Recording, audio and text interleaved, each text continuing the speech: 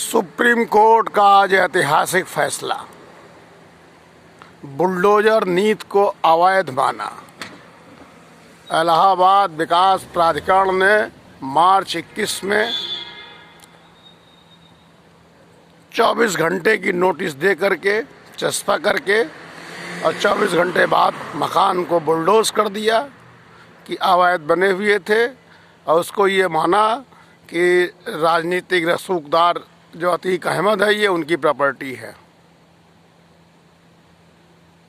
याचिकाकर्ता जिसमें प्रोफेसर हैं, वकील हैं, डॉक्टर हैं, अन्य दो महिलाएं भी हैं, उन्होंने हाई कोर्ट का रुख किया। हाई कोर्ट से उनको कोई रिलीफ नहीं मिला।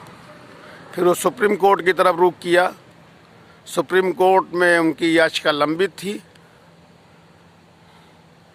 आज सुप्रीम कोर्ट ने ऐतिहासिक फैसला देते हुए इलाहाबाद विकास प्राधिकरण के बुलडोजर नीति को अवैध माना, और यह माना कि उन्होंने सुप्रीम कोर्ट द्वारा दी गई गाइडलाइंस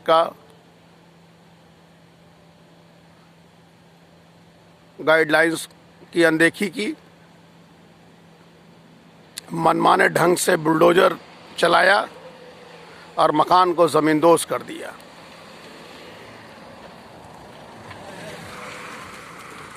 आज सुप्रीम कोर्ट ने ऐतिहासिक फैसला देते हुए इलाहाबाद विकास प्राधिकरण के अधिकारियों को 6 हफ्ते के अंदर 10-10 लाख रुपए मुआवजा देने के लिए आदेश किया।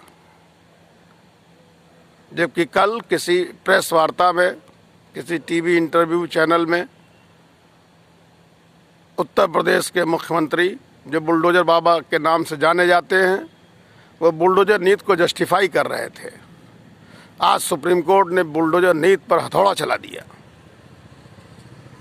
एक विशेष वर्ग को प्रसन्न करने के लिए, एक विशेष वर्ग अगर कोई आरोपी हो जाता है तो तालियां प्राप्त करने के लिए उसका मकान गिरा दिया जाता है। सुप्रीम कोर्ट ने माना कि मकान बरसों की तपस्या होती है, उनके परिवार का तपस्या होता है, हो सकता है उनके भाइयों की तपस्या रही हो सकता है उनके पिता के नाम मकान हो। एक सामूहिक प्रयास के द्वारा किसी को छत प्राप्त होती है, किसी को मकान प्राप्त होता है, जिसको मात्र आरोपी मान करके गिराया जाना गलत है। नहीं गिराया जा सकता, किसी का आशियाना नहीं छीना जा सकता है। होना तो ये चाहिए था कि जिन अधिकारियों के आदेश से, जिस मंत्री के आदेश से यह मकान बुलडोज किए गए थे, उन लोगों के वेतन से ये रिकवरी होनी चाहिए, जिससे कि भविष्य में इस तरह से गलत नीति के द्वारा बुलडोज चलाने से अधिकारी या शासन जो भी है वो बाज आवें। लेकिन कम से कम चलो, शुरुआत तो हुई। अब भविष्य में इस तरह की अगर बुलडोजर चलाए जाएंगे अनीतिपूर्वक, तो कम से कम लोअर कोर्ट से लेकर हाई कोर्ट तक लेकर के एक सुप्रीम कोर्ट का यह आदेश नज़ीर तो बनेगा। लोगों की कीमत के हिसाब से लोग अपनी कोर्ट में गुहार कर पाएंगे और उनको मुआवजा, उचित मुआवजा। हालांकि किसी का मकान अगर गिरा दिया जाए तो वो लोगों का सपना होता है, उस सपने का कोई मुआवजा नहीं होता है, जिसको आज अखिलेश यादव ने ट्वीट करके बताया।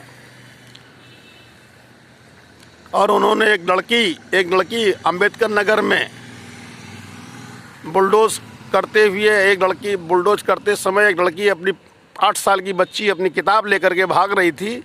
वो वीडियो भी वायरल हुआ था, जिसको अखिलेश यादव ने अपने ट्वीट में उस लड़की का भी जिक्र किया। और सुप्रीम कोर्ट ने माना कि कोई भी इसको देख करके शॉक्ड हो सकता है कि 8 साल की बच्ची अपना किताब लेके भाग रही है और अधिकारी उसके मकान को बुलडोज कर रहे हैं।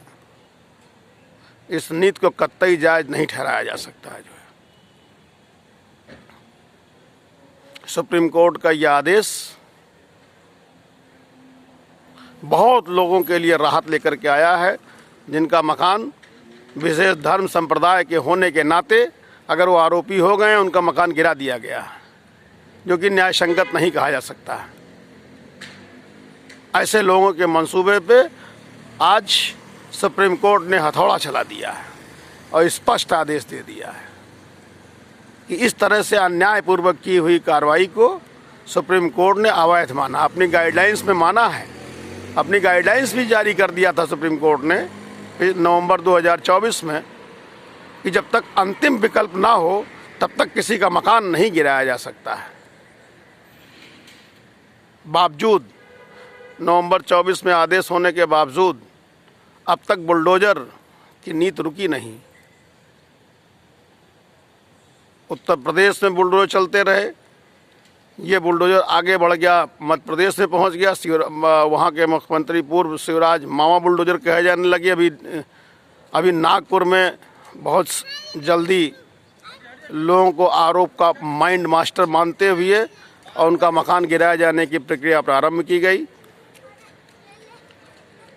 हाई कोर्ट नागपुर ने सुप्रीम कोर्ट का हवाला देते हुए अब बुलडोजर को रोक दिया।